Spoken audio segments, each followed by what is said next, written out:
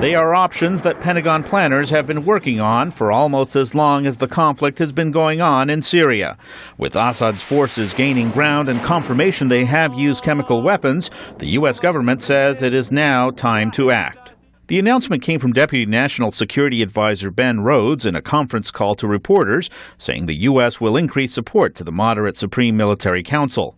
The President has made a decision to provide additional types of support to the SMC. Which I cannot inventory for you, but which will be aimed at strengthening the effectiveness of the SMC on the ground.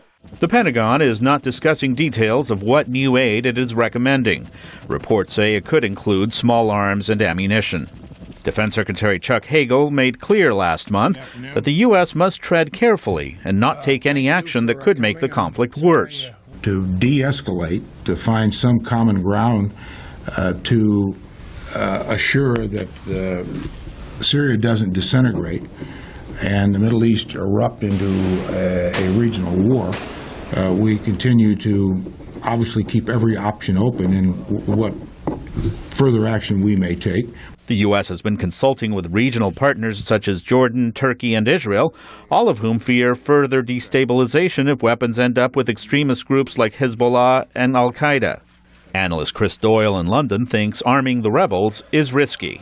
It's likely to induce an arms race where Russia and Iran supply ever more weapons, Hezbollah get ever more active, but also those parties within the region who are supporting various elements of the Syrian opposition may also escalate the arming of their particular groups, their proxies, to ensure that they are not cut out of any final political solution within Syria.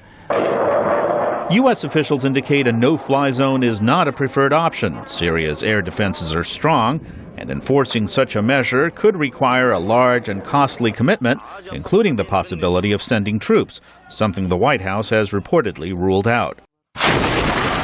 The aid is likely to fall short of the anti-tank weapons, airstrikes, and other more aggressive responses that Syrian rebels and some within the U.S. government have been urging.